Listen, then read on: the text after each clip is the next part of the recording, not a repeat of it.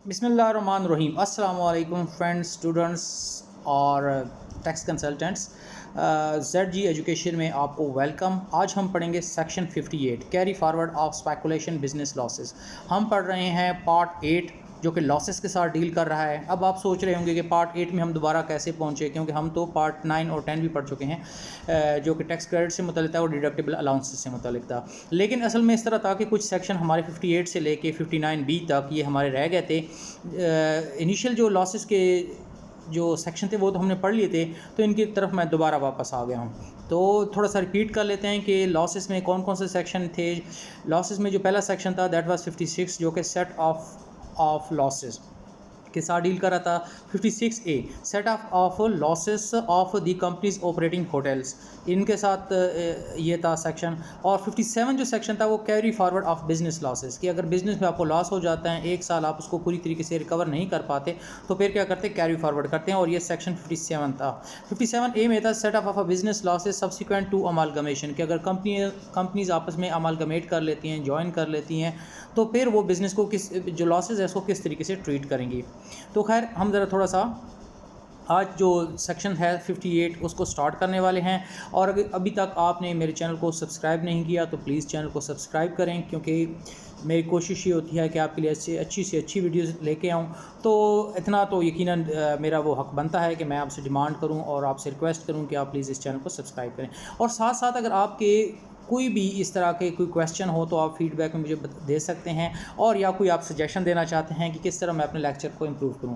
और मैं एक और आइडिया पे भी काम कर रहा हूं कि इसमें मैं इस चैनल में आप लोगों को भी एक्सेस दूं, ताकि अगर आपके पास भी कोई अच्छी टिप्स हैं याद रखने की, इन सेक्शंस को याद रखने की, या आपने कोई फार्मूला बनाया हुआ है, या आप अपनी तरफ से कैंडिडेट को कोई मशवरा देना चाहते हैं, तो आप भी अपनी इस चैनल के ऊपर अपनी वीडियो अपलोड कर सकें। लेकिन खैर हम बाकायदा से अपने चैनल का आज के लेक्चर का आगाज़ करते हैं। Section 58 carry forward of speculation business. Speculation business जैसा कि हमने पहले पढ़ा था, ऐसा बिजनेस होता है जिसमें नॉर्मली जो ट्रांजैक्शन होती हैं, यानी कि बाइंग होती है, परचेजिंग होती है, वो एक्चुअली उस एसेट को ख़रीदने के लिए नहीं होती।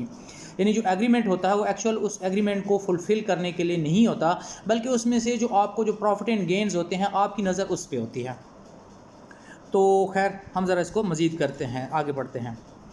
तो अगर आपको फिर भी क्लियर नहीं है तो आप इस तरह करें, मेरी पिछली वीडियो पे चले जाएं स्पेकुलेशन बिजनेस से मुताल्लिक़, या नहीं तो आप यूट्यूब पे सर्च करें, वहाँ आपको बहुत अच्छी, मुझसे कहीं ज़्यादा अच्छी आपको उसकी डेफिनेशन मिल जाएगी। खैर स्टार्ट करते हैं। Where a person sustains a loss for a tax year in respect of a speculation business carry forward carried on by the person herein after refer to as speculation loss, कि अगर एक बंदा है वो कोई speculation business कर रहा है, उसके ऊपर से कोई लॉस हो जाता है, तो हम उस लॉस को बजाय के income from speculation business loss कहेंगे, यानी कि लॉस फ्रॉम स्पेकुलेशन बिजनेस के हम इसको सिंपली स्पेकुलेशन लॉस कहेंगे। तो जहाँ भी स्पेकुलेशन लॉस आएगा इसका मतलब यही होगा कि आप एक स्पेकुलेशन का बिजनेस कर रहे थे, उसके ऊपर आपको लॉस हो गया। The loss shall be set of only against the income of a person from any other speculation business of the person chargeable to tax for that year। अब आपको लॉस हो गया, मिसाल के तौर पर आपका एक बिज़नेस था ABC, वो स्पेकुलेशन बिजनेस था, उसमें आपको लॉस हो गया। अब इस लॉस को आप ऐसे नहीं कर सकते कि आप सैलरी से तो खैर वैसे भी नहीं डिडक्ट कर सकते या उसको कॉम्पनसेट कर सकते, लेकिन आप किसी बिज़नेस से कर लें, किसी प्रॉपर्टी से कर लें, या किसी और चीज़। अगर आपका कोई और स्पेकुलेशन का बिज़नेस है तो आप उससे इसको सेट ऑफ कर सकते हैं, अदरवाइज़ आप इसको नॉर्मल इनकम से नहीं कर सकते, यानी नॉर्मल जो दूसरे हेड्स ऑफ इनकम है उसके साथ नहीं एडजस्ट कर सकते। अब अगर आपका लॉस सेटल हो गया कम्प्लीटली, ठीक है, अदरवाइज़ आगे क्या होगा, सब सेक्शन 2 में चले जाओ। मिसाल के तौर पर आपका एक और स्पेकुलेशन बिजनेस था XYZ, तो XYZ में यहाँ आपको जो ABC में आपको जो लॉस हुआ था दैट वाज 50,000।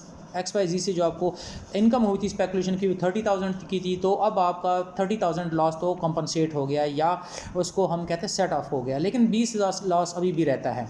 तो फिर सब सेक्शन 2 क्या कहता है, if the speculation loss sustained by a person for a tax year is not wholly set off under sub section 1। अब वो कम्प्लीटली सेट ऑफ नहीं हुआ, जैसा कि हमारा 20,000 रह गया है, then the amount of loss not set off shall be carried forward to the following tax year. and applied against the income of any speculation business of the person in that year and applied as specified in subsection 1। तो अब आप next year में उसको carry forward कर लेंगे, लेकिन next year में भी आप उसको किसी न किसी स्पेकुलेशन बिजनेस के प्रॉफिट के साथ ही एडजस्ट कर सकते हैं, सेट ऑफ कर सकते हैं।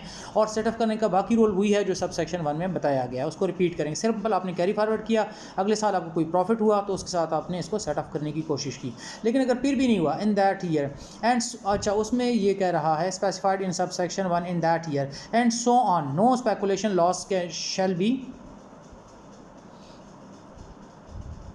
और हाँ यहाँ मैंने थोड़ा सा एनी स्पेकुलेशन बिजनेस खैर ये बात होगी and so on but no speculation loss shall be carried forward for more than 6 years immediately succeeding the tax year for which the loss was first computed। अब आपको उस साल भी जो है ना फ़र्ज़ करें कि आपका लॉस कम्प्लीटली सेट ऑफ नहीं हुआ, 20,000 का आपका लॉस था, उस साल सिर्फ 10,000 सेट ऑफ हुआ, तो उसको आप अगले साल में कैरी फॉरवर्ड कर लेंगे। लेकिन कितने साल आप कैरी फॉरवर्ड कर सकते हैं? मैक्सिमम 6 साल। और कब से ये 6 साल स्टार्ट होंगे? जिस साल आपको लॉस हुआ, फ़र्ज़ करें 2017 में आपको लॉस हुआ, तो अब आप 17 में तो आपको लॉस हो गया, 18 में कैरी फॉरवर्ड करेंगे, तो अब आप काउंट शुरू करें 18, 19, 20, 1, 2, 3, तो 23 से आगे इसको आप कैरी फॉरवर्ड नहीं कर सकेंगे। अब सब सेक्शन 3 क्या कह रहा है? अब आपको वैसे पैटर्न समझ में आ गया होगा कि जो कैरी फॉरवर्ड के जो होते हैं ज़्यादातर 6 साल इसकी लिमिटेशन होती है। Where a person has loss carried forward under this section for more than 1 tax year the loss for the earliest year shall be set off first. अब फ़र्ज़ करें कि आपको 2018 में लॉस हुआ था ABC कंपनी से, अब और जो है ना XYZ से प्रॉफिट हुआ था। अब जाके ना 2019 में आप गए हैं तो 2019 में दोनों में कुछ प्रॉफिट हो गया, आपने कुछ सेट ऑफ कर लिया, लेकिन अभी भी आपका लॉस रहता है। लेकिन अगले साल जाके आपको एक और लॉस हो जाता है स्पेकुलेशन बिजनेस से, फर्स्ट की XYZ से हो जाता है या ABC से हो जाता है, तो अब आप किस लॉस को पहले एडजस्ट करेंगे? क्या जो 2020 में हुआ था या 2018 में जो हुआ था, जो सबसे पहले जो है ना आपको लॉस हुआ था उसको आप पहले सेटअप करें, क्योंकि नेचुरल लॉ है कि आपने जस्टिस के मुताबिक, क्योंकि उसने 6 साल के बाद टाइम बार्ड हो जाना है तो उसको आप मज़ीद कैरी नहीं कर पाएंगे। तो ये था हमारा इनका स्पेकुलेशन लॉस था। अब हम कहते हैं carry forward of capital loss. अब कैपिटल लॉसेस का मतलब क्या है? आपने पढ़ी थी इनकम फ्रॉम कैपिटल गेन कि आपके पास एक कैपिटल एसेट है, उसको आपने डिस्पोज ऑफ किया, अगर उसकी कीमत जितना कि आपने ख़रीदा था उससे ज़्यादा आपको मिले पैसे तो वो आपको गेन हो जाएगा, इनकम फ्रॉम कैपिटल गेन। मिसाल के तौर पर आपने एक प्रॉपर्टी ली थी, 2020 में ली थी, आपने ली थी 5 लाख की, अब 2022 में जाके आप उसको 8 लाख की बेच रहे हैं तो 3 लाख का कैपिटल गेन हो गया। लेकिन बाज़ औक़ात एसेट में आपको लॉस भी हो सकता है, तो इस तरह के उसको हम कहते हैं इनकम फ्रॉम यानी कि लॉस फ्रॉम कैपिटल गेन्स कह सकते हैं। तो हम ज़रा इसको स्टडी करते हैं। Where person sustain a loss for a tax year under the head capital gains hereinafter refer to as the capital loss. आप कैपिटल गेन्स से इनकम अर्न कर रहे थे, वहाँ आपको प्रॉफिट होने के बजाय लॉस हो गया, तो जिसको हम कैपिटल लॉस आइंदा कहेंगे। The loss shall not be set of against the person income if any chargeable to head under the any other head of for that year। अब अगर आपकी उस साल कोई और हेड ऑफ इनकम से भी इनकम है तो उस लॉस को, कैपिटल लॉस को आप किसी दूसरे हेड ऑफ इनकम के साथ नहीं एडजस्ट कर सकते, नहीं सेट ऑफ कर सकते। सैलरी से तो आप किसी भी किस्म के लॉस को नहीं सेट ऑफ कर सकते, लेकिन अगर हम और बात करते हैं बिजनेस से आपको प्रॉफिट हुआ या प्रॉपर्टी से हुआ, आप कैपिटल लॉस को उसके साथ सेट ऑफ नहीं कर सकते if chargeable under the head income from for that year, but shall be carried forward to the next year and set off against the capital gains if any chargeable under the head capital gains for that year। अब फ़र्ज़ करें कि उस साल आपको कोई और capital gain नहीं हुआ, तो फिर अब मजबूरी है आप उसको कैरी फॉरवर्ड ही कर सकेंगे। लेकिन अगर आपके पास फ़र्ज़ करें 2 प्रॉपर्टी, एक प्रॉपर्टी आपने 5 लाख की ख़रीदी है और आपकी 3 लाख में बिकी, 2 लाख का कैपिटल लॉस हो गया, लेकिन अगर आपकी एक और प्रॉपर्टी भी है जो 10 लाख की थी, जो 15 लाख की बिकी है, 5 लाख का प्रॉफिट हो गया, तो आप उसके साथ इसको सेट ऑफ कर सकते हैं, यानी कि कैपिटल गेंस को तो आप इसमें कर सकते हैं। लेकिन अगर इस साल आपका किसी भी वजह से, क्योंकि आपके पास और कोई कैपिटल गेन नहीं था, कैपिटल लॉस हुआ, तो फिर आप उसको कैरी फॉरवर्ड ही करेंगे नेक्स्ट साल। लेकिन नेक्स्ट साल भी ऐसे नहीं हुआ कि आप इसको बिजनेस के साथ सेट ऑफ करना शुरू कर दें। Rules are again the same. If a capital loss sustained by a person for a tax year under the head capital gains is not wholly set off under subsection 1, subsection 1 के तहत जिस तरह हमने कहा था कि wholly set off नहीं हुआ, 2 लॉस का लॉस अभी तक आपका बाकी है, कैपिटल लॉस जिसको हम कह रहे हैं, then the amount of the loss not set off shall be carried forward to the following year and so on, but no loss shall be carried forward for more than 6 years immediately succeeding the tax year for which the loss was first computed। सादा सी बात, I think I do not have to repeat it. 6 साल तक आप इसको carry forward करते रहेंगे, और लेकिन इसको कोशिश करेंगे सेट ऑफ करने की कैपिटल गेंस से जो आपको इनकम होगी, और 6 साल से ज़्यादा आप इसको नहीं कर सकते। और फिर एक नेक्स्ट जो सब सेक्शन है इसको आप खुद ही पढ़ लें कि अगर आपको एक से ज़्यादा कैपिटल लॉसेस हो जाते हैं, मिसाल के तौर पर 2018 में आपने एक प्रॉपर्टी खरीदी, उसमें आपको 2 लाख का लॉस हुआ, 19 में आपको जो है ना फिर 1 लाख का लॉस हो गया, तो फिर आप अगले साल जब आपको प्रॉफिट होगा तो आप किस लॉस को पहले सेट ऑफ करेंगे? जो लॉस आपको पहले हुआ उसको पहले सेट ऑफ करेंगे। Sub section 59A the limitation on set of and carry forward of losses. अब आप कैरी फॉरवर्ड कर रहे हैं या सेट ऑफ कर रहे हैं तो इसमें कुछ लिमिटेशंस हैं, कुछ कंडीशंस हैं, वो क्या क्या हैं? In the case of an association of person any loss shall be set off or carried forward and in case of an association of person any loss shall be set off or carried forward and set off only against the income of the association। भाई एक association of person है, आप 3 दोस्तों ने मिलके ABC ने मिलके एक एसोसिएशन बनाई। अब एसोसिएशन को कोई लॉस हो गया तो उस एसोसिएशन का जो लॉस हुआ है सिर्फ उस एसोसिएशन की इनकम के साथ ही उसको सेट ऑफ किया जा सकता है या फिर एडजस्ट किया जा सकता है। मिसाल के तौर पर एक आपकी ABC को तो लॉस हो गया लेकिन आपको प्रॉफिट हो गया, तो क्या आपकी एसोसिएशन आपकी इनकम के साथ जो है ना उसको सेट ऑफ कर सकती है? नो। या आपकी एक और एसोसिएशन है, मतलब ABC आपका एक बिज़नेस है जो कि एक ख़ास NTN के तहत रजिस्टर्ड है और वो एक बिज़नेस कर रहा है, पर्टिकुलरली मिसाल के तौर पर वो सोप फैक्ट्री है। एक अब आपकी वही 3 पार्टनर है, आपकी एक और एसोसिएशन है, ठीक है, जिसको हमने XYZ का नाम दे दिया, वो किसी और बिज़नेस में है और अलहदा NTN के साथ रजिस्टर्ड है, तो भाई उसका लॉस अलहदा होगा, इसका लॉस अलहदा होगा। आई think I have made my point clear. Nothing contained in subsection 56, 57, 58 and 59 shall entitle। अब आपने कुछ सेट ऑफ लॉसेस के मतलब सेक्शन पढ़े थे जो कि 56 से स्टार्ट हो रहे थे और 59 तक। इसमें आपको ये काम नहीं कर सकते, ठीक है, नथिंग शैल एंटाइटल, आप इस काम की आपको इजाज़त नहीं होगी।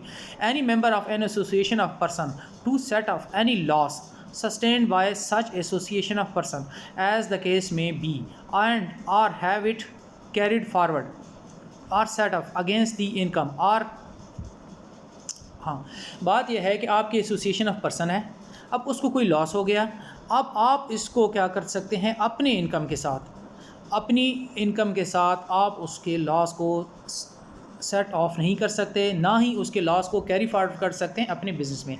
एनी मेंबर एंड दोबारा से मैं पढ़ूँ, any member on or an association of person, so any member of an association of person to set off any loss sustained by such an association of person. अब आपके association of person या आपकी partnership firm को नुकसान हो गया, as the case में to have it carried forward or set off against his income. अब उसके लॉस को आप अपनी इनकम के साथ, ठीक है, आपके पार्टनरशिप के लॉस को आप अपनी इनकम के साथ ना तो सेट ऑफ कर सकते हैं, ना ही उसके लॉस को अपनी बिजनेस में कैरी फॉरवर्ड कर सकते हैं। नेक्स्ट है any person who has succeeded, ये बहुत ध्यान से आपने सेक्शन को पढ़ना है। Any person who has succeeded in such capacity any other person carrying on any business or profession otherwise than by inheritance to carry forward and set off against his income or any loss sustained by such other person। अब थोड़ा सा इस बात को समझिए, मैं आपको step में समझाता हूँ। Any person who has succeeded, कोई भी शख्स जिसने सक्सीड किया है, जिसके पास वो बिज़नेस ट्रांसफ़र हो के आया है, ठीक है, तो इन सच कैपेसिटी, किसी भी तरीके से आपके पास एक बिज़नेस ट्रांसफ़र हो के आ गया।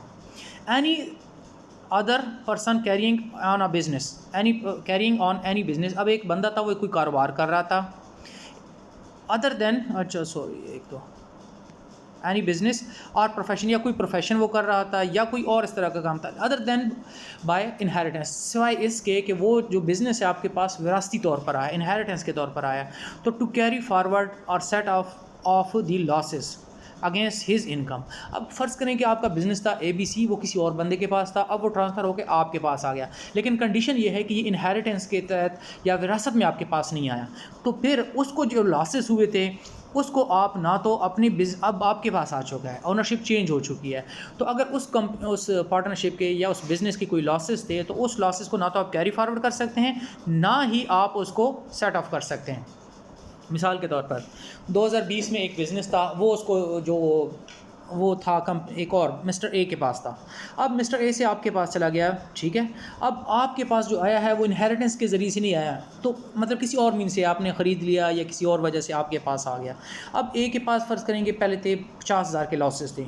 अब वो लॉस ना तो आप अपनी बिज़नेस का इसको सेटअप कर सकते हैं, ना इसको आप कैरी फारवर्ड कर सकते हैं। हाँ, इनहेरिटेंस के तहत आया आपके पास, फ़र्ज़ करें कि आपके वालिद का बिज़नेस था, उनकी डेथ हो गई है या उन्होंने आपको उसको वो कर दिया, तो फिर आप इसके लॉसेस को कैरी फारवर्ड कर सकते हैं। और उसकी एप्लीकेशन भी आपने लेके चलनी होती हैं, ये आपने ज़रा ख्याल रखना है, ठीक है। मिसाल के तौर पर एक आदमी है, फौत हो गया, उसकी कोई टैक्स ऑब्लिगेशन है, तो उसके जो लीगल हेयर्स होंगे वो उसको पे करेंगे। और नेक्स्ट सब सेक्शन 5 क्या कह रहा है? सब सेक्शन 5 ये कह रहा है subject to subsection 4 of section 57 and subsection 12 of section 22 and subsection 6 wherein subsection 6 wherein computing the taxable income of any person income of for any tax year। Actually मेरे mobile की screen थोड़ी सी break हो गई है, जिसकी वजह से मुझे देखने में थोड़ा सा प्रॉब्लम हो रहा है, तो खैर मैं इसको दोबारा से करता हूँ। The income for any tax year full effect can not be given to the loss relating to the deduction under subsection 22, 23, 24, 25 owing to there being no profits or gains chargeable for that year। अब बात ये कह रहा है कि अगर आपने, वैसे तो इन सब सेक्शंस को देखना है जिनकी तरफ आपको रेफ़र किया गया है, ठीक है। एक सेक्शन सब 57 की तरफ आपको रेफ़र किया गया है, और एक जो सेक्शन 22 है जो कि था डेप्रिसिएशन से मुतल्लिक था, और उसके दो सब सेक्शन है, एक 12 है और 6 है, उनकी तरफ आपको रेफ़र किया जा रहा है। असल में वहाँ कुछ लिमिटेशन है। अगर ऐसी बात नहीं है तो आपको हुआ है डिडक्शंस आपको थी, मतलब ये जो सब सेक्शन 22 है, 23 है, 24 है, 25, इनके तहत आपकी कोई डिडक्शंस थी, तो वो डिडक्शन फुली सेट ऑफ नहीं हुई। मिसाल के तौर पर 2018 का आपका साल था, 2018 साल में आपको इस तरह हुआ कि आप जब अपनी इनकम कैलकुलेट कर रहे थे तो आपको लॉस हो गया था, लेकिन वो लॉस किस वजह से हुआ था? ऑपरेशन की वजह से नहीं हुआ था, बल्कि आपने जो इनकम फ्रॉम जो डेप्रिसिएशन पे आपकी डिडक्शन बनती थी वो पूरी तरह सेट ऑफ नहीं हुई, अमोर्टाइजेशन की वजह से, फर्स्ट ईयर अलाउंसेस वगैरह की वजह से कि जो डिडक्शन थे वो फुली सेट ऑफ नहीं हुए। तो फिर क्या करें? वजह क्या थी कि उस साल इतनी इनकम ही आपकी नहीं थी। जब इनकम नहीं थी तो उससे क्या हो गया कि आप उसको सेट ऑफ नहीं कर सके। तो ये फ़र्ज़ करें कि 50,000 इन सेक्शन की वजह से या 1 लाख रुपए आपकी डिडक्शन जो थी वो रह गई है, तो फिर क्या होगा? बीइंग नो प्रॉफिट और गेन फॉर दैट ईयर, उस साल आपके पास इनकम ही कम थी। सच प्रॉफिट और gains as mentioned in subsection 4 of 57। अब सेक्शन 57 के सब सेक्शन 4 में आप जाएं, मैं देखता हूं कि क्या लिखा हुआ है, अभी पढ़ा है लेकिन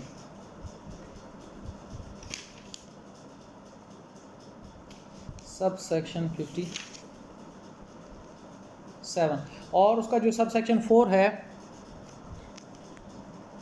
वो ये कह रहा है where loss refer to in subsection 1 includes deduction allowed under subsection 23, 20, 22, 23, 23A, 23B and 24 have not been set off against the income. The amount not set off shall be added to the deduction allowed under those section. Carry forward. Sorry.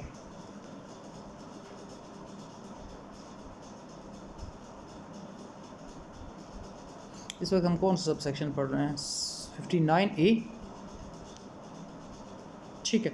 अब ज़रा उसको देखते हैं कि sub section 4 of section 57 हमें क्या कह रहा है कि अगर आपको इन जो सेक्शंस हैं इसकी वजह से आपको लॉस हुआ है 22, 23, 24, 25 की वजह से, तो फिर वो सेट ऑफ नहीं हुआ। The amount not set off shall be added to the deduction allowed under दो section in the following tax year and so until. तो अब आप क्या करें, नेक्स्ट साल की जो डिडक्शंस होगी उसमें उनको ऐड कर लेंगे।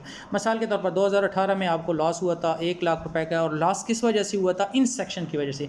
वजह ये थी कि ये कम्प्लीटली सेट ऑफ नहीं हुआ, तो उसको अगले साल आप कैरी फॉरवर्ड कर लेंगे और अपनी डिडक्शन उतनी ही बढ़ा देंगे। पॉइंट क्लियर है? तो अब यहाँ खैर आपको ये कह रहा है कि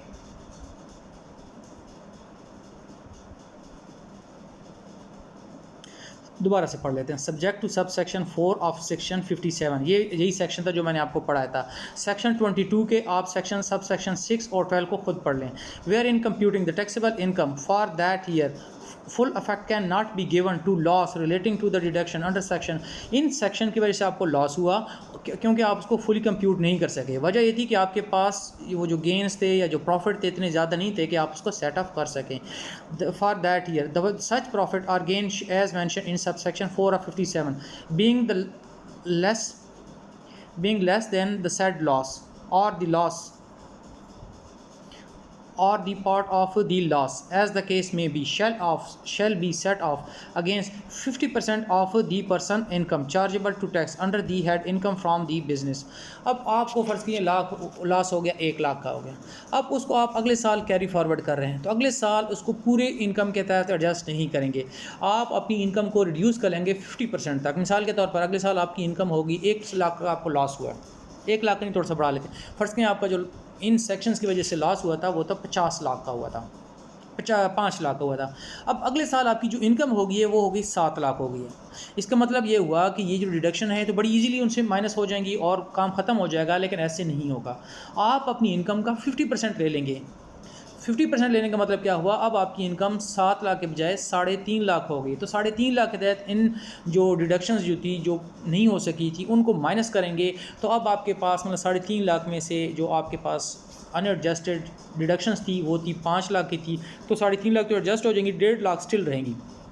वजह क्या होती है कि जो इस तरह का नॉर्मली जो लॉस होते हैं ड्यू टू सम ऑपरेशन के आपके एक्सपेंसेस ज़्यादा हो गए, वो फिजिकल एक्सपेंसेस होते हैं जिसमें आपने एक्चुअली पे किया होता है, तो इसके लिए गवर्नमेंट आपको फुल रिलीफ दे रही होती है। लेकिन ये जो सब सेक्शंस होते हैं ये एक्चुअली आपने किसी को पे तो नहीं करना होता। एक मशीन आपने ख़रीद ली, जितने पेमेंट करनी थी वो तो कर ली। अब ये तो एक अकाउंटिंग मेथड है कि हम उसकी कॉस्ट को स्प्रेड कर रहे हैं उसकी यूज़फुल लाइफ के ऊपर। एक्चुअली मतलब आपने 1 लाख का एसेट लिया था, अब 5 साल वो चलना था, तो हर साल आपने उसको 1 लाख का एसेट था तो हर साल उसको 20,000 रुपये आपने डिडक्शन ले रहे थे ऑन डिडक्शन। तो अब ये 20,000 रुपये एक्चुअली तो आप किसी को नहीं पे कर रहे हैं, तो इसलिए आप नेक्स्ट ईयर जो आप उसको सब माइनस करेंगे वो फुल इनकम से नहीं बल्कि 50% ऑफ द इनकम से इसको माइनस करेंगे for the following year. And if no income from the business for that year be set off against the 50% of the person income chargeable under the head income from business for the next following year and succeeding year। अब अगले साल हो सकता है आपको इतनी income हुई नहीं, या अगर हुई तो वो कम हुई। जिस तरह मैंने आपको केस बताया था कि 5 लाख का आपको लॉस था, अगले साल आपको 7 लाख का प्रॉफिट हुआ, उसको आपने 50% किया तो 3.5 लाख की इनकम थी, तो आपका जो है ना वो जो लॉस था वो फुली सेट ऑफ नहीं होगा। या दूसरे साल आपको इनकम हुई नहीं सिरे से, तो फिर क्या करेंगे? इस सूरत में हम ये करेंगे कि इसको अगले साल के लिए कैरी फॉरवर्ड करेंगे। सब सेक्शन 6 क्या कह रहा है? वेयर अंडर सब section 5 where under the sub section 5 the deduction is also to be carried forward the effect shall be given to the provision of section 56 and 50 subsection 2 of 58। तो अब इसको आप carry forward कर रहे हैं तो इसमें आपने ये जो सब सेक्शन दे रहे हैं इनको मद्देनज़र रखना है। जो कुछ बातें वहाँ बताई गई सेम यहाँ भी प्रिवेल करेंगी। Notwithstanding anything contain in this ordinance no loss which has not been assessed or determined in the performance of the order made under section. ये जो पहले सेक्शन है इसको आप छोड़ दें, ये रिपील हो चुके हैं, बहुत पुराने हैं, तो हम इसको यहाँ से कहते हैं are an order made under subsection under these section 120, 121, 122 shall be carried forward and set off under section 157 section under section 57 subsection 2 subsection of section 58 और section 59। आज स्क्रीन ने मुझे बड़ा तंग किया है क्योंकि इसमें स्क्रीन मुझे जो है ऐसे फिगर नज़र नहीं आ रहे हैं, लेकिन खैर मैं इसको बुक से पढ़ लेता हूँ। बात ये कह रहा है कि अगर आपको कोई लॉस हुआ और वो लॉस जो हुआ वो किसी और मतलब वो जो लॉस आपके पास कैसे डिटरमिन हुआ वो इन सेक्शन के तहत ऑर्डर के तहत आपको डिटरमिन नहीं हुआ। मतलब सेक्शन 120 है, 121 है, 122 है, ये वो सेक्शंस हैं जिनके तहत अगर ऑर्डर हुआ और उस ऑर्डर के नतीजे में आपका लॉस डिटरमिन हो गया तो फिर उसको तो आप इसको क्या कर सकते हैं, कैरी फॉरवर्ड भी कर सकते हैं या उसको सेट ऑफ भी कर सकते हैं या उसको जो है ना मतलब इसको एक जिससे आप कोई बेनिफिट ले सकते हैं। लेकिन अगर वो लॉस किसी और सेक्शन के तहत डिटरमिन हुआ या इनके तहत डिटरमिन नहीं हुआ तो उस लॉस का कोई बेनिफिट नहीं है। एक दोबारा इसको पढ़ लें। Notwithstanding anything contain in this ordinance no loss no loss which has not been assessed or determined in the pursuance of an order made under section 120, 121 or 122 shall be carried forward and set off under section 57 or subsection 2 of section 58 और section 59। अब आपको loss हुआ या वो loss assess कैसे हुआ या वो लॉस डिटरमिन कैसे हुआ, वो आपके पास इन सेक्शन के अलावा किसी और उसके थ्रू या इन सेक्शन के तहत आप उसको असेस नहीं करवा सके। असल में होता क्या है, सेक्शन 120 के बारे में मैं आपको बता देता हूँ, वैसे आपके जहन में कन्फ्यूजन रहेगी कि देखो जब हम अपनी रिटर्न फाइल करते हैं, रिटर्न तो हम सेक्शन 114 में फ़ाइल करते हैं, लेकिन एक्चुअली रिटर्न फाइल करना या अपनी इनकम और असेस करना ये हमारी वो नहीं होती है, अथॉरिटी नहीं होती है, ये होती है कमिश्नर की। कमिश्नर आपको बताता है कि भाई आपका इतना टैक्स बन रहा होता है, लेकिन गवर्नमेंट ने एक रिलीफ दे दिया है और गवर्नमेंट ने एक रूल इस तरह बनाया कि आप अपनी इनकम की सेल्फ असेसमेंट करें। तो अब आप अपनी इनकम बताते हैं सेक्शन 114 में कि यार इस साल तो मेरी इतनी इनकम हो गई है, और कमिश्नर जल्दी से वो ऑर्डर कर देता है हाँ हाँ यार मेरे हिसाब से भी आपकी इतनी ही इनकम बन रही है। तो वो जो ऑर्डर करता है वो सेक्शन 120 में करता है। सेक्शन 121 में वो आपकी बेस्ट जजमेंट असेसमेंट करता है, आपकी तरफ से कमिश्नर करता है, आप नहीं बताते, कमिश्नर खुद ही कर देता है कि ठीक है यार आप नहीं बताते तो मेरे हिसाब से आपका इतना प्रॉफिट हुआ, इतना इनकम हुई, इतना लॉस हुआ, ये हुआ वो हुआ। या सेक्शन 122 है, 122 में ये है कि जो आपने बताया होता है उसको वो चेंज करता है। मतलब बिल्कुल ऐसे ही नहीं है कि सेल्फ असेसमेंट स्कीम है कि आपने गवर्नमेंट को बता दिया कि यार मेरी तो 4 लाख इनकम है, एक्चुअली आपकी इनकम जो है ना वो 40 लाख हो। तो हमारे पास भी कुछ इन्फॉर्मेशन होती हैं, वो इन्फॉर्मेशन के तहत हम आपकी जो असेसमेंट होती है उसको चेंज कर सकते हैं कि नहीं भाई आपने जो बताया है ये ठीक नहीं है, हमारी इन्फॉर्मेशन के मुताबिक हमारे पास आपकी इनकम इतनी बन रही है। तो उसका जो ऑर्डर होगा सेक्शन 122 होगा। लेकिन अगर आपने इन 3 जो सेक्शन हैं इनके तहत ऑर्डर नहीं हुआ और आपका जो है ना जो लॉस था वो असेस नहीं हुआ या डिटरमिन नहीं हुआ, तो फिर आप उस लॉस को ना तो कैरी फॉरवर्ड कर सकते हैं, ना उस लॉस को आप सेट ऑफ कर सकते हैं। आज के लिए इतना काफ़ी है।